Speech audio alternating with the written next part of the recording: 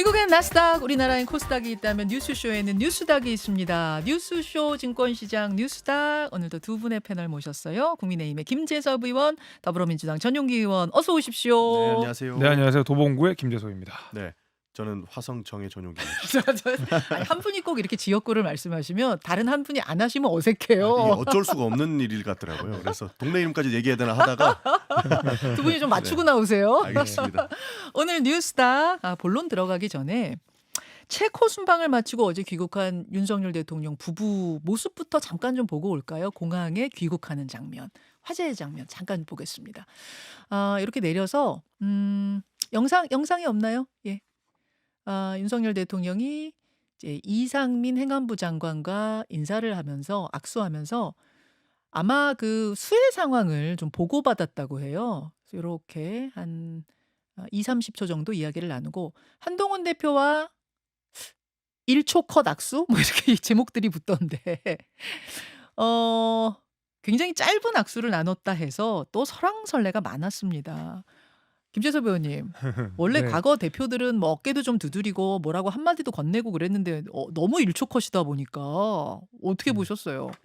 그러니까 아직 그 대통령과 한동훈 대표 간의 갈등 국면이 해소가 안 된 상황이니까 뭐 어. 5만 가지 해석이 나오는 것 같습니다. 아마 그렇죠. 뭐 그 어깨를 치거나 조금 더 얘기를 길게 했으면 과연 그럼 저기서 무슨 얘기를 했을까라는 해석이 또 나아졌을 것 같고 어깨 지금 두드렸으면 또 그 두드린 대로 해석이 있었을 거다. 뭐 예를 들면 굉장히 뭐 친한 척을 했을 거다 뭐 이런 식으로 해석이 나왔을 수도 있는 것 같고 그래서 저는 오히려 그런 뭐 불필요한 해석이 낫지 않도록 그냥 악수를 한 것 같고요. 뭐 만찬 회동이 있다고 하니까 그걸 그때 이제 좀 지켜봐야 될 것 같아요. 악수하면 그러니까 악수를 길게 하면 길게 한 대로 왜 친한 척해 이럴 수도 있고 네, 여러 해석이 나올 것 같으니까 그냥 쿨하게 짧게 했다. 네 저는 그렇게 봅니다. 저는 오히려 등 좀 두드려 주지지 그렇을까라는 생각이 있습니다.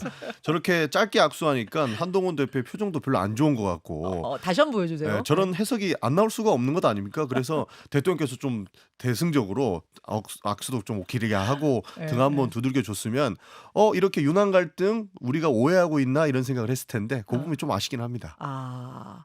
아니 그 한동훈 대표가 사실은 지금 만찬 전에 독대를 대통령하고 독대하고 싶다 요청을 했는데 대통령실에서 답이 안 온 상태에서 또 저 장면이 벌어진 그렇죠. 거다 보니까 그래서 더 주목을 받았던 것 같아요. 그 독대 요청 왜 했을까? 일단 전용기 의원은 어떻게 보세요? 왜 했다고 보세요? 분명하게 전달해야 될 부분은 있다라고 봅니다. 그러니까 의정 갈등 이런 부분에서 한동훈 대표도 본인이 해결하고 싶은 그 지도력, 리더십을 증명하고 싶은 시간일 것 같아요. 그러나 모든 공이 윤석열 대통령에게 있다라고 지속적으로 공격받고 뭐 바지 사장 이런 얘기도 나오지 않습니까? 그러다 보니 한동훈 대표도 좀 급해진 것 같습니다. 그래서 오히려 독대를 하면 편하게 이야기할 수 있는 것이다라고 생각을 하셨는지 독대를 해서 그런 부분들을 좀 보여주고 싶지 않았을까 저는 그런 평가를 하고 있습니다. 그러니까 직접 터놓고 이야기하면 풀릴 것 같은데 그 기회가 안 만들어진다 뭐 이런 거. 그렇죠. 아무래도 참모들이 있으면 뭐 말 한 번이라도 더 조심한다든지 이런 부분들이 있을 것 아닙니까? 그러나 윤석열 대통령과 한동훈 대표의 그간의 관계를 보면 독대하면 오히려 편안하게 이런 얘기를 할 수 있지 않을까 하는 기대 심리도 있을 것이고 그것으로 인해서 윤한 갈등이 해결되고 오히려 한동훈의 리더십을 보여줄 수 있는 기회다라고 생각을 해서 요청을 한 것 아닐까 그렇게 보는 겁니다. 김재섭 의원? 독대 요청을 할 수밖에 없었던 맥락이 있을 겁니다. 왜냐하면 이번에 대통령과 만나서 얻어와야 되는 성과라고 하면 굉장히 예민한 주제들이거든요. 그렇죠. 뭐 여사에 관한 문제, 네. 최상병 특검. 네. 그러니까 말하자면 그동안 정권의 영린이라고 불려왔던 여러 가지 이슈들이 여당한테는 지금 제일 중요한 국면 과제예요. 이 부분을 대통령이랑 단판 짓지 않고서야 왜 만났냐라는 얘기 분명히 나올 거거든요. 저는 이런 예민한 주제를 다루기 위해서 대통령과 둘이 봅시다 이렇게 이야기를 한 것 같고 여러 사람이 있게 되면 이런 예민한 주제를 이야기를 나누기도 힘들 거고요. 중간에 무조건 또 얘기가 셉니다. 세요. 정치권의 2명 이상이면 특성상, 세요. 예, 뭐 지금도 만찬 독대 요청을 뭐 누가 흘렸냐 가지고 또 불필요한 공방하고 예. 있잖아요. 예. 아마 여러 사람이 만나면 일이 안 됩니다. 안 될 겁니다. 예. 그러면 만찬 전에 독대 요청이에요? 아니면 만찬 하지 말고, 그러니까 지도부 만찬 하지 말고 독대만 합시다예요? 독대 합시다로 제가 알고 있는데 지도부 만찬 말고, 그러니까 단체 회식 말고 네. 독대 합시다예요? 왜냐면 제 생각에는 지도부 만찬 하고 나서 또 독대 요청을 하면 시간을 오래 잡아야 되잖아요. 근데 여사 문제도 그렇고 최상병 특검 문제도 그렇고 이게 지금 하루 이틀 상간에 굉장히 중요한 문제가 될 거거든요. 그래서 저는 뭐 지도부 만찬을 좀 미룬 한이 있더라도 아, 독대로 아예 바꾸자. 독대로 좀 바꾸시는 게 맞다고 봅니다. 자, 수용 가능성 몇 퍼센트? 어, 그래도 한 70%는 되지 않을까요?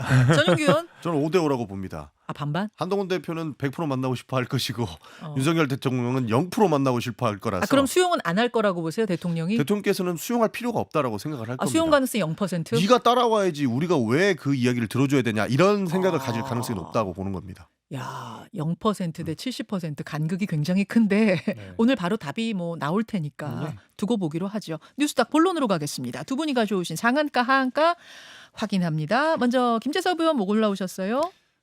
민주당의 계엄령 방지법 이것은 리플리 증후군. 리플리 증후군 계엄령 방지법 하한가 주셨고요. 전용기 의원. 네, 저는 김 여사의 공천 개입은 윤석열 대통령도 공범 하한가 가져왔습니다. 김 여사 공천 개입 윤 대통령도 공범 하한가. 요 이야기부터 좀 가보죠. 네. 윤 대통령도 공범이라니 이게 무슨 말씀이세요? 윤석열 대통령이 몰랐다라고 한다면 오히려 V1이 깔끔하게 처리될 것 같습니다.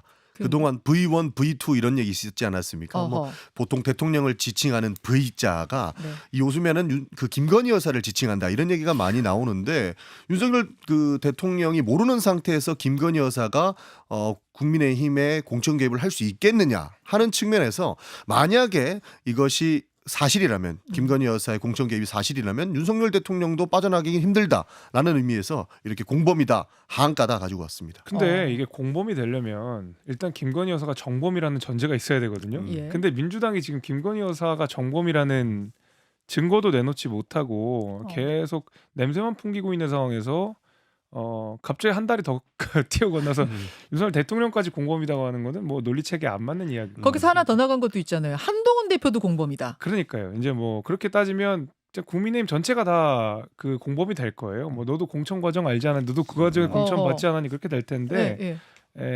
그러니까 무리한 이야기를 하고 있는 거죠. 아니 뭐 공범을 정해놔야 공범도 정해지는 겁니다. 국민의힘이 공범이 될 리는 없죠. 당연히 공천은 당에서 하는 것이고 국민의힘에서 하는 것인데 왜 여기서 느닷없이 대통령실이 나오고 심지어는 헌정사상 처음으로 여사의 이름이 등장하느냐.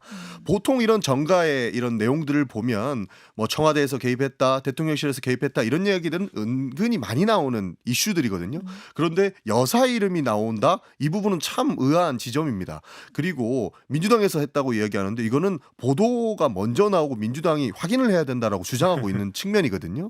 그 부분으로 봤을 때 저희가 마구잡이로 의혹 던지기를 하는 것이 아니고 이 부분은 깔끔하게 해소하고 가야 된다라고 오히려 국민의힘에 주장을 하는 겁니다. 자, 그러니까 칠불사에서 만나서 김영선 의원이 개혁신당한테 이런저런 것들을 제안한 것까지는 지금 팩트로 확인이 된 건데 그 앞부분이 확인이 안 된 거잖아요. 정확하게는.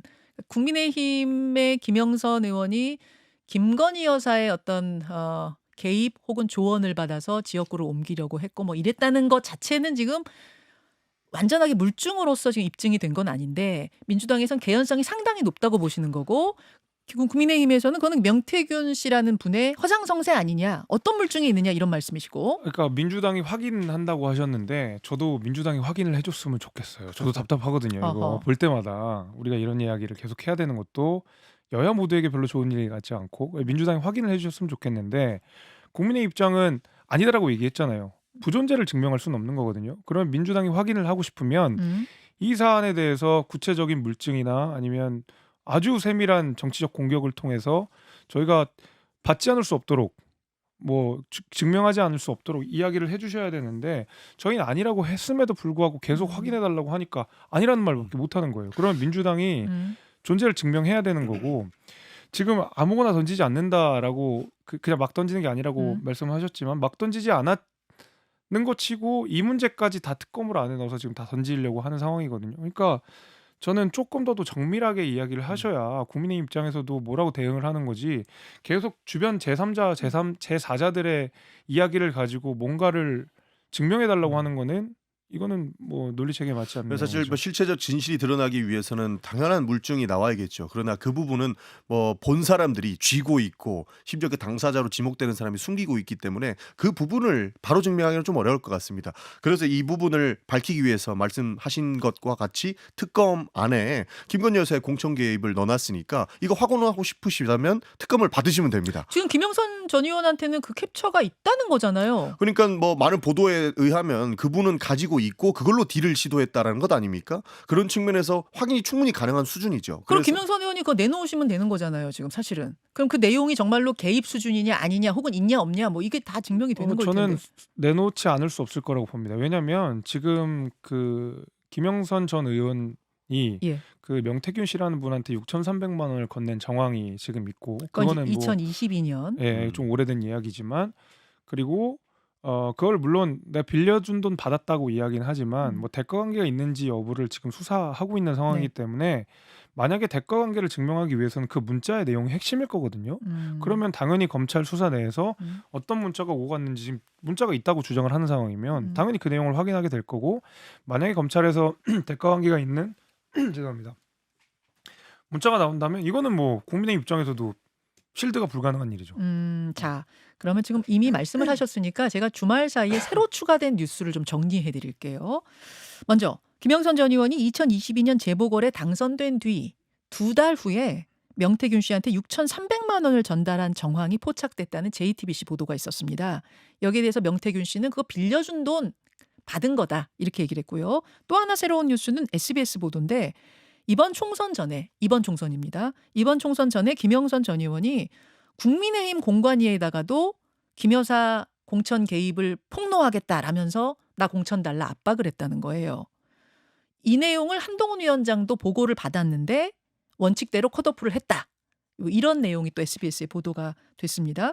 민주당에서는 지금 이 부분을 가지고 한동훈 대표도 알았던 거 아니냐라면서 공범이라고 하는 걸까요? 그랬던 것이죠. 그러니까 보고는 받았고 김영선 전 의원의 움직임을 포착을 했었다라고 보고 있기 때문에 이 부분에서 사실 뭉개고 가만히 있어서는 안 됐다라고 보는 것이죠. 예를 들어서 대통령실에다가 김건희 여사가 뭐 이런 행동을 했고 이렇게 협박하는 사람들까지 나왔는데 똑바로 정신 차려야 된다라고 이야기를 오히려 했다거나 이렇게 했다면 지금 뭐 공범이다 이렇게 저희가 주장할 필요도 없는 것인데 그런 부분이 전혀 없이 내용만 알고 뭉갰다라는 부분에 대해서 의심스러운 부분이 있다라고 보는 것이죠. 뭉갠 거 아니냐, 김재섭 의원? 근데 그거는 너무 나간 얘기라고 제가 아까 말씀드리는 게 그러니까 뭐 사실을 알았다라는 내용만으로 공범을 만들자고 한다 그러면 제가 뭐 이재명 대표 예를 들어 죄송하지만 이재명 대표 백현동 대장동 의혹 전부 다 보고 받으시고 실제로 그 관련된 사람들이 막대한 이익들을 얻어갔거든요. 그러면 그 논리에 따르면 이재명 대표도 백현동 대장동의 공범이라는 얘기가 바로 지금 나오는 논리입니다. 그래서 알았다라는 내용만 가지고 그 공범이라고 하기에는 이미 한동훈 대표가 그 과정에서 컷오프까지 해놓은 건데 이거는 오히려 당시의 공천관리위원회와 국민의힘의 공천 과정이 굉장히 투명했다라는 반증일 뿐이지 오히려 그 공범 주장을 하는 건 이재명 대표의 사법 리스크를 더 옥죄는 논리라고 저는 생각합니다. 자, 그럼 이야기가 나온 김에 김재섭 의원의 키워드로 넘어가죠. 네, 네, 좋습니다. 계엄령 방지법 리플리 증후군 하한가 골라오셨는데 요거는 그 계엄령 무슨 팀인가요? 서울의 봄팀? 네, 예, 그거 얘기하신 겁니까? 민주당이 만든? 맞습니다. 그 서울의 봄이란 이름도 진짜 유치뽕짝인데 제가 너무 이 계엄 가지고 민주당이 드리블을 하는 게 정치인으로서도 굉장히 불편하고요.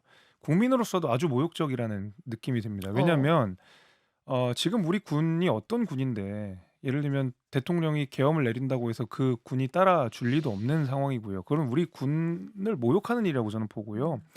무엇보다도 우리나라 국민들은 계엄과 쿠데타에 대해서 아픈 상처가 있는 국민들입니다. 예. 근데 계속 확인되지도 않는 내용을 가지고 계엄 하면서 저는 국민들한테 이거 2차 가해하는 거라고 저는 보거든요. 2차 가요. 네, 그런데 전혀 내용이 없는 걸 가지고 민주당 스스로가 계속 음모론을 만들어 놓고 이 음모론이 너무 커지다 보니까 이제는 본인 스스로 방지법을 만드는 아주 코미디 같은 상황이 지금 벌어진 거거든요. 그러면 왜 이 계엄령설을 키운다고 생각하시는 건데요? 정말 아무거나 던지고 있는 거라고 봅니다. 그러니까 처음에 뭐 검사 탄핵도 해보고 뭐 예를 들면 뭐 여사에 대한 특검부터 시작해가지고 아주 무리한 내용들을 막 던지기 시작했거든요. 근데 생각보다 효과가 세지 않습니다. 어. 대통령 탄핵까지도 꺼내고 뭐 탄핵과 관련한 무슨 야당 그 4개 당이 모여서 무슨 연합체도 만들고 했는데 국민들 반응이 그냥 시원찮거든요.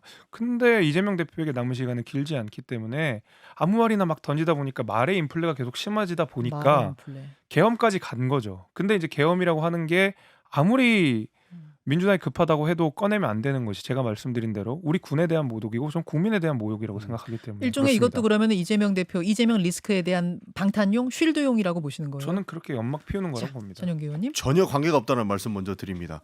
이 사정정국을 만든 거는 민주당이 아니고 윤석열 정부입니다. 사정정국 만들어서 정적 제거하려고 무리한 수사하고 무리한 기소 일삼고 그러다 보니 불법적인 내용들이 저희가 봤을 때는 있기 때문에 검사 탄핵을 했던 것이고요. 김건희 특검 같은 경우에도 과거에 있었던 내용들을 쭉 나열했었고 윤석열 검찰총장 청문회 때 원래 국민의힘 쪽에서 주장을 했던 부분들도 일말 들어가 있거든요. 그런 측면으로 봤을 때 민주당이 주장했다라고 보기는 어렵습니다. 이거는 정말 실질적 진실을 밝혀야 되는 것이고 이에 대한 책임을 지셔라라고 하는 이야기 드리지 저희가 무리하게 하는 것은 아니다라는 말씀드리고 네, 실체적 진실에 다가가기 위해서 민주당이 제시한 증거는 그거죠. 충암파가 지금 군 요직에 다 들어가 있다라는 건데 군 장성 400명 중에 4명이 오히려 충암고 출신이고 그들이 실제로 그 계엄을 내릴 수 있을 만한 위치나 입지나 그런 상황이 전혀 없는 상황에서 계엄은 도대체 어디서 나오는 건지 모르겠거든요. 그러니까 충암고 출신이 4명이나 있다는 것도 놀랍지 않습니까? 그 고등학교에서 한 명도 없는 것도 굉장히 많습니다. 그리고 지금 그 김용현 장관 같은 경우에는 회전문 인사로도 볼 수 있어요. 대통령실에서 경호처를 하면서 입틀막까지 이렇게 지시하고 운영했던 그런 부분에 대해서 과오가 분명히 있다고 보고 이거 지적을 기속적으로 했는데 이분이 갑자기 장관으로 왔어요. 그리고 장군들을 한 곳에다 불러 모아놔가지고 무슨 얘기를 하는지도 모르고 심지어 저희가 봤을 때 의심스러운 부분은 박근혜 정부 때도 본인들이 구속으로 몰리니까 계엄 문건을 만들려고 했다는 것 아닙니까? 그리고 어느 정도 나오는 측면도 있어요. 이런 부분들을 봤을 때 진짜 이 정부는 무슨 짓을 할지 모른다라고 하는 내용에서 계엄 이야기가 안 나오겠느냐라는 반문을 하고 싶은 근데 겁니다. 지금 말씀하신 게 그렇잖아요. 와, 4명이나 있어 너무 놀랍다. 그 다음이 계엄이거든요. 그 가운데 너무 많은 논리적인 비약들이 생기는 거예요. 그러니까 그 민주당이 계엄 주장을 하는 게 이만큼 지금 뭔가 부실하다는 저는 생각이 좀 지금도 바로 들고요. 박근혜 계엄권 계속 얘기하는데 박근혜 국정농단 사건 그 계엄 문건이 나오게 된 그 결정적인 계기가 그 국정농단 사건 그 맥락에서 나온 건데 결국 국정농단 수사해가지고 감옥에 또 박근혜 간 이 주역 장본이 윤석열 대통령이에요. 그걸 모를 리 없습니다. 그래서 너무 지금 논리적 비약이 많아요. 자, 하여튼 알겠습니다. 두 분의 시각이 이렇게 다른데 어쨌든 이재명 대표 관련한 재판은 계속 진행이 되고 있습니다. 금요일에 선거법 위반에 대한 결심 공판이 있었죠. 요 이야기 잠깐 정리하고 가겠습니다. 네. 혐의는 여러분 잘 아세요. 대선 기간 중에 방송에 나가서 여러 차례 허위 사실을 말했다. 즉 고 김문기 처장을 몰랐다는 발언을 반복적으로 하면서 선거에 영향을 줬다. 선거법 위반이 되는 겁니다. 검찰은 징역 2년 구형했어요. 1심 선고는 11월 15일에 내려지고요. 무죄 아니면 유죄겠죠. 또 유죄일 경우에는 벌금 100만 원 이상이냐 이하냐에 따라서 또 달라집니다. 자, 두 분은 어떤 결과를 예상하시는지 먼저 김재섭 의원. 검찰이 굉장히 준비를 많이 한 것 같더라고요. 민주당 입장에서는 그게 뭐 조작이다 뭐 이야기를 하고 있는 그렇게 주장을 하고 있지만 검찰이 아무리 조작을 해도 우리 재판부가 판단합니다. 검찰이 아무리 높게 구형하더라도 예. 재판부의 형량에 맞게 판결을 내립니다. 그래서 검찰이 제시한 증거들 그다음에 증거라는 게 어떤 조작된 게 아니라 이재명 대표가 들어가 있는 사진이나 당시에 보고받았던 맥락들을 바탕으로 제시한 증거이기 때문에 검찰이 손댈 리도 없고요. 그걸 가지고 재판부가 판단을 할 건데 지금까지 나온 정보나 뭐 자료들을 보게 되면 저는 그 100만 원 이상이 나올 가능성이 대단히 높다고 봅니다. 유죄고 네, 의원직을 상실하는 기준인 그래서- 100만 그렇죠. 원 이상 나올 거다라고 저는 그렇게 봅니다. 보세요. 자, 전용기 의원. 저는 무죄가 나올 것이라고 보고 말도 안 되는 기소라고 생각을 합니다. 그러니까 기억에 대한 처벌은 궁예나 하는 거였거든요. 옛날에 관심법이다 그래가지고. 궁예. 그렇죠. 뭐 맥락을 보라고 하는데 당신이 이 사람을 알았을 것이다라고 검찰이 주장하는 겁니다. 그리고 그것을 행위로 규정해서 기소를 했던 것이고 여기에서 지금 징역 2년을 구형한 거 아닙니까? 그러니까 너무 무리했다고 보는 것인데 공직선거법의 250조 허위사실 같은 경우에는 행위에 대한 내용을 이야기하는데 지금 이 부분은 내가 몰랐다라고 하는 것은 인식에 대한 차이거든요. 성남시 산하기관의 공무원만 합치면 한 4,500명 된다고 합니다. 네. 거기에 대해서 뭐 주요 몇 명을 무조건적으로 알았어야 됐다라고 주장하는 것부터 허무맹랑한 소리다라고 이야기를 하는 것이죠. 그리고 짜집기 이야기가 나오지 않습니까? 블로그 사진을 증거로 내미는데 한 8, 9명 이 찍은 사진도 한 3명으로 그 가깝게 보이는 3명 정도만 찍어가지고 증거로 제출했다는 겁니다. 그리고 해외 여행, 뭐 해외 출장 과정대 뭐 수천 개에 뉴질랜드. 달하는 그렇죠 수천 개에 달하는 출장. 그런 사진 중에서도 몇 개만 가지고 와가지고 이렇게 친했는데 부정할 수 있냐라고 하면서 교유 행위라는 새로운 단어까지 가지고 나오면서 이것은 인식이 아니고 행위다라고 주장하면서 기소를 한 것이거든요. 그러다 보니 어떻게 이렇게 자기가 그 몰랐다라고 하는 인식에 대해서 평가를 할 수 있느냐라는 것이 일단은 김문기 사건이고요. 예. 두 번째로 백현동 사건 같은 경우에도 그 당시에 뭐 그 비슷한 증언이 있었다라는 내용도 그 6월 공판에 국토부부에서 협박을 했다라고 말한 부분이 거짓말 아니냐 이제 요거잖아요. 그렇죠. 그런 부분은 느꼈다라고 하는 부분에 대해서 6월 공판에서 그 관련된 증언도 나오기도 했거든요. 그럼에도 불구하고 이재명 대표가 주장하는 바는 일절 받아들이지 않고 그냥 징역 2년을 구형해버렸습니다. 그래서 저는 법원에서 당연히 무죄 판결을 해줄 것이다라는 것을 기대하고 있습니다. 만약에 검찰이 증거를 조작했으면 오히려 그 민주당 검찰한테 고마워해야 되죠. 그럼 이재명 대표 대권가도 깔아주는 거고 재판부가 당연히 무죄 판결 내릴 겁니다. 그러니까 조작된 증거라는 게 예를 들면 아까도 말씀하신 대로 16명이 있는데 3명으로 포커스를 해놓은 사진 이거 통상 있는 재판 과정에도 있는 내용이기 때문에 그걸 가지고 조작이라고 하기에는 뭐 포토샵을 써서 뭐 이재명 대표 얼굴을 바꿨다든지 이런 게 조작이라고 봐야 되는 거고 없는 거를 만들었는 게 저는 조작이라고 봐야 되고 만약에 1심 재판부가 원하는 자료만 골라서 했다고 하면 바로 이건 항소사유고 아마 항소심에서 굉장히 많이 그 이재명 대표에게 유리하게 갈 거예요. 그 4,500명 중에 한 명이다라는 그 부분에 대해서는 어떻게 보세요? 그 백현동 사건 관련해서는 국토부의 협박이 없었다라는 증언이 16명의 공무원들에게 일괄적으로 나옵니다. 예를 그거 들면 말고 김문기 처장이 네. 4,500명 중에 한 명인데 어떻게 알 수가 있느냐 그 주장을 지금 계속 4,500명 민주당 쪽에서 물론 그렇긴 하죠. 저희 도봉구에도 제가 31만 유권자가 있지만 네. 그중에서 놀러 가고 사진 찍고 같이 밥도 먹고 골프를 쳤다 그러면 아무리 31만이라도 그 한 분 압니다 저는. 근데 이재명 대표 말고 그 돌아가신 김문기 처장께서 가족들에게 했던 이야기들 들어보게 되면 그런 거 아닙니까? 뭐 이재명 대표랑 골프도 치고 너무 즐거운 시간을 보냈다. 그리고 골프를 한 번만 간 것도 아니고 뭐 여러 번 스킨십이 있었던 정황들이 다 있고 자료도 남아 있는데 나는 4,500명 중에 한 명이기 때문에 모른다라는 거는 저는 31만 유권자가 있기 때문에 도봉구민 하나도 모릅니다라는 얘기랑 똑같은 그러니까 겁니다. 그 인식을 행위로 규정해가지고 기소한 거고 심지어는 1년 9개월 이후에 공소 변경까지 해가지고 검찰이 구형을 한 것이거든요. 저희로서는 아까 말씀하신 대로 법원에서 잘 판단해 주실 거라고 봅니다.